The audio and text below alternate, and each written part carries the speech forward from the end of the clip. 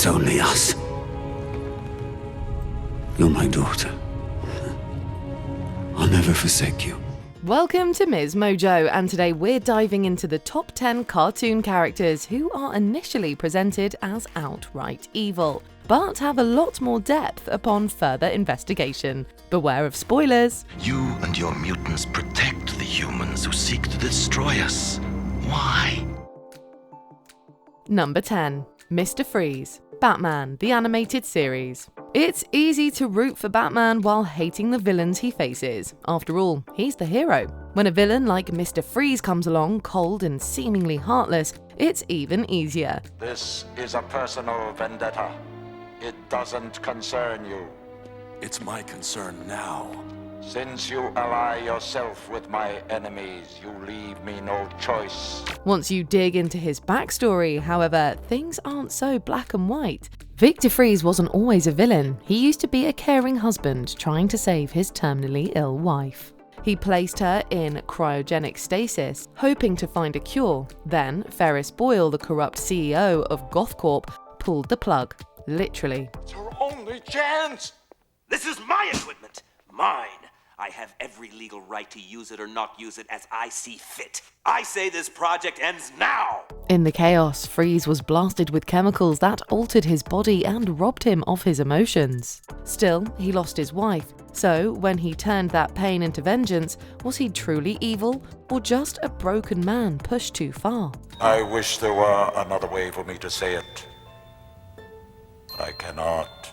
I can only beg your forgiveness and pray you hear me somehow. Number 9. The Ice King. Adventure Time. This wacky cartoon follows the adventures of Finn and Jake as they battle monsters, explore strange lands, and sometimes clash with the Ice King. At first, this misunderstood character seems like the perfect goofy villain, obsessed with kidnapping princesses and forcing them to marry him. I'm starting to worry that all these entries sound exactly the same, and that my life is just me running in place on some giant hamster wheel. Easy to hate, right? Well, once the show drops his backstory, the way you view him suddenly changes. But everything changed when I came into contact with this item.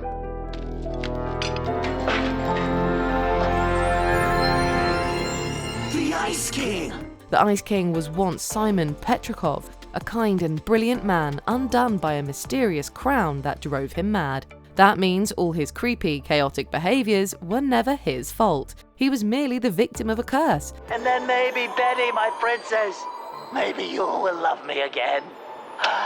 Please love me again, Betty. Now that you know this, doesn't it make you think twice about how quickly you judged him? Number 8. Mojo Jojo, the Powerpuff Girls. It wouldn't be an exaggeration to say no character in the Powerpuff Girls faced rejection, quite like Mojo Jojo. I wasn't born a supervillain chimp with an oversized brain, you know. Evil geniuses are made, not born. Before becoming the big-brained villain we know, he was Professor Utonium's well-meaning, if clumsy, lab assistant. However, once the 3 kindergarten-aged girls arrived, he was pushed aside like he never mattered. You were the worst lab assistant I ever had. All you ever did was break everything you got your grimy little paws on. Oh, you haven't changed one bit. I was finally forced to throw you out when the girls were born. Even after an accident disfigured him, no one cared. And that's when resentment truly took hold of him.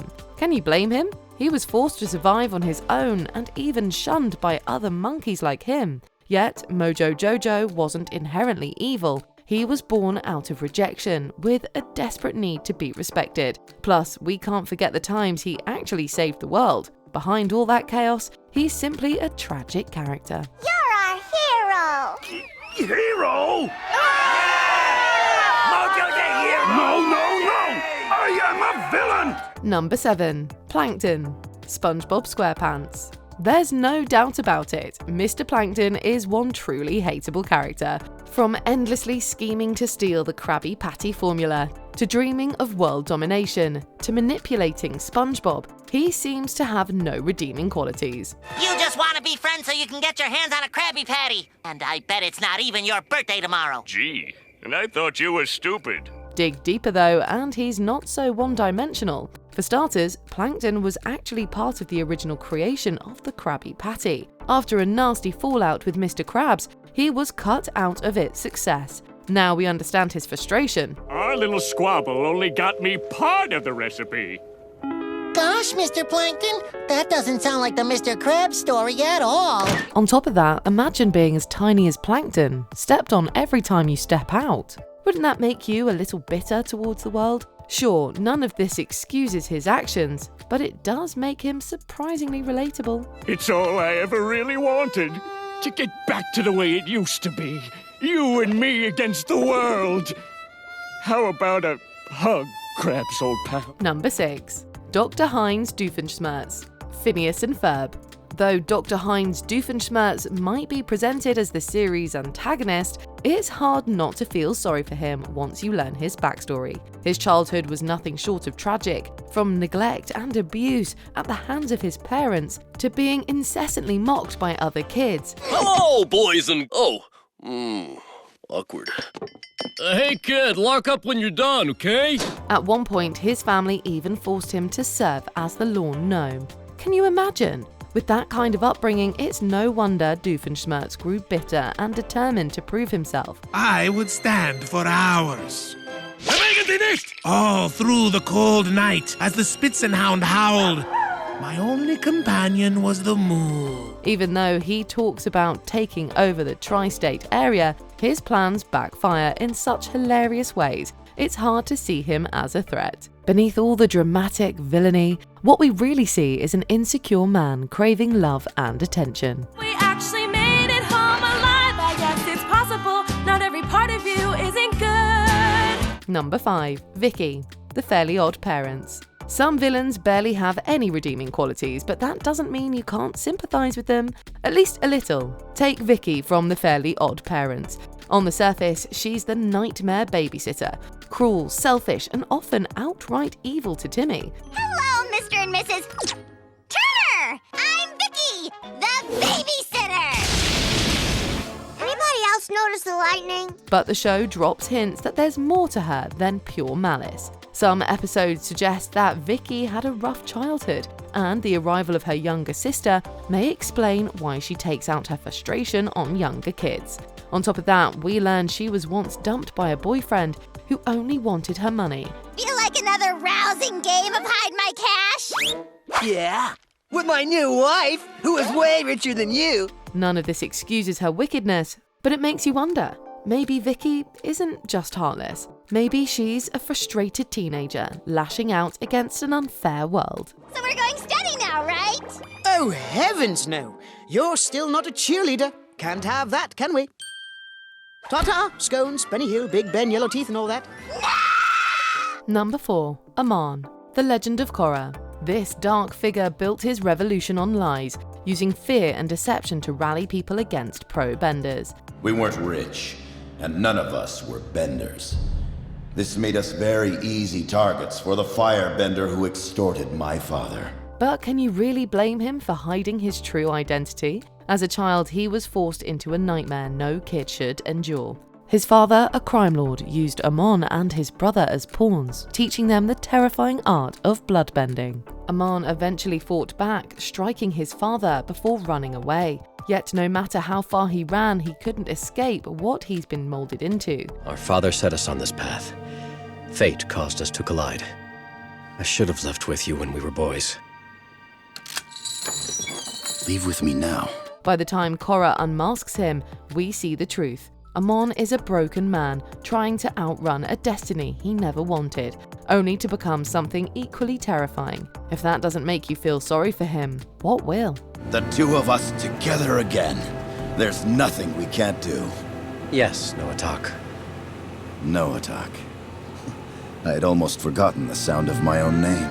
Number 3. Silco, Arcane. In Arcane, Silco stirred up every emotion. Anger, disgust, sympathy, even admiration. And that's the mark of a brilliantly written villain. We came from a world where there was never enough to go round. Thin.